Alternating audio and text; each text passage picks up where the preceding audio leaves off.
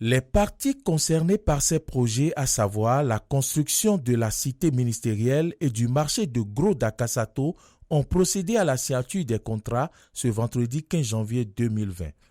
Pour le préfet de l'Atlantique, la construction de cette cité ministérielle serait d'un important avantage pour les citoyens.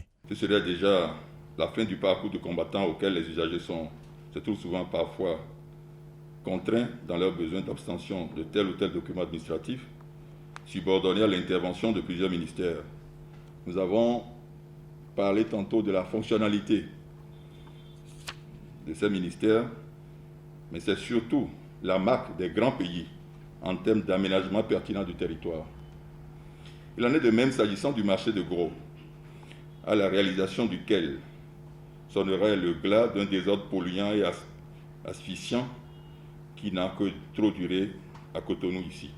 D'un coût de réalisation de 70 milliards TTC pour la construction de la cité ministérielle, le préfet Jean-Claude Kodia prend l'engagement que tout se passera dans les règles de l'art. Comme en des circonstances du genre, il va sans dire que nous n'avons d'autre choix judiciaire responsable que de jouer la partition qui nous incombe respectivement en vue de l'heureux aboutissement de toutes ces nobles, innovantes et déterminantes œuvres, afin que notre cher pays sorte complètement et définitivement de l'ornière. Je voudrais donc prendre l'engagement que nous allons faire en sorte que tout se passe dans les règles de l'art et de façon efficiente. 60 000 carrés pour les cabinets ministériels et les secrétariats généraux des ministères et des directions centrales de chaque ministère. Didier Tonato se réjouit de ce projet. Aujourd'hui, il y a une cérémonie qui n'est ni une pose de première pierre, donc n'a aucune chance d'être une pose électorale de première pierre, mais d'une situation bien réelle avec des partenaires réels, une entreprise, des financements mobilisés, les équipes techniques en place pour signer des contrats concrets avec des montants clairs et bien précisés.